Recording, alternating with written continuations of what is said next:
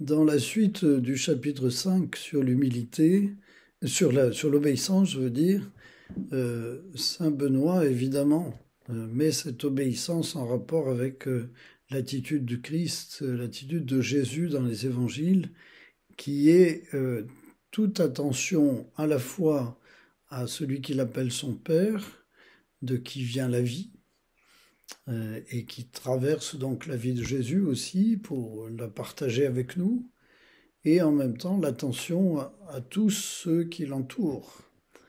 Donc il y a comme une manière d'être, en quelque sorte, à travers l'obéissance, qui indique quelque chose du partage de sa vie, du don de sa vie. Euh, Selon la référence que donne ce chapitre, qui vous écoute m'écoute.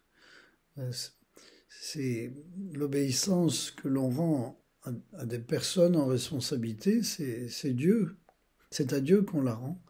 Et donc, qui vous écoute m'écoute par l'intermédiaire des autres. Et donc, il s'agit, dans le mouvement d'une attention réciproque, de se donner réciproquement les uns aux autres, en se rendant à la source de la vie parce qu'il n'y a que là que la vie est plénière, en quelque sorte. Et c'est possible de le vivre dès maintenant. Donc, avec, comment dire, une attitude telle que même la récrimination n'existe pas à cet endroit. Euh, c'est de plein gré, c'est avec une volonté qui agrée à ce qui se passe, à ce qui est demandé, que cette obéissance peut se vivre dans l'amour. Et il y a là, quand on arrive à être ensemble sous cette forme, il y a là un bonheur considérable, même si, encore une fois, cela ne va pas de soi et ça ne se fait pas du jour au lendemain.